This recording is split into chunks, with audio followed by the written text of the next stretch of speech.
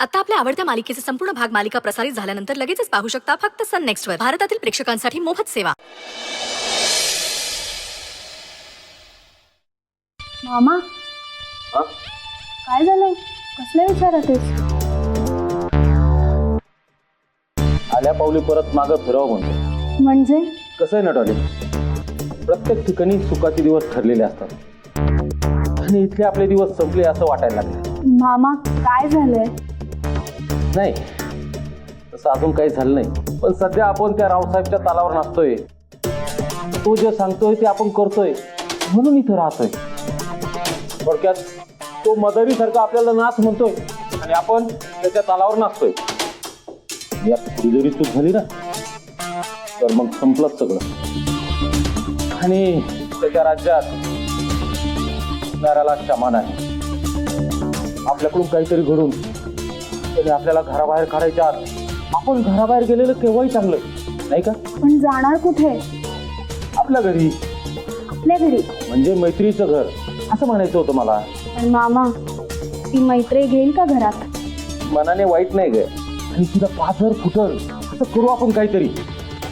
मी लागा तयारीला. ठीक आहे, मी आईलाही निघायची तयारी करायला सांगतो.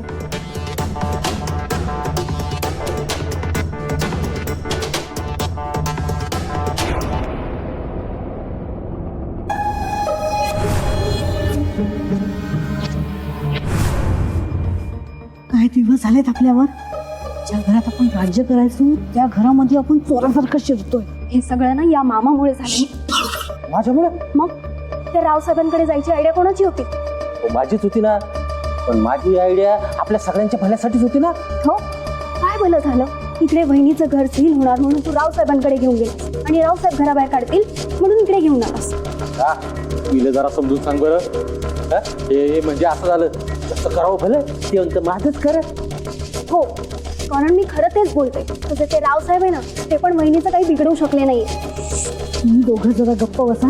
आधीच माझ्या छातीत धडधडल्यासारखं होतं आणि तिच्याबद्दल एवढं चांगलं बोलाल ना तर झटक्यात मला अटॅकच येऊन जाईल. आई, मग काय करायचंय पुढे? काय करायचं म्हणजे आपल्या नशिबाच्या दिशेने एक एक पाऊल टाकत पुढे चालायचं. चला.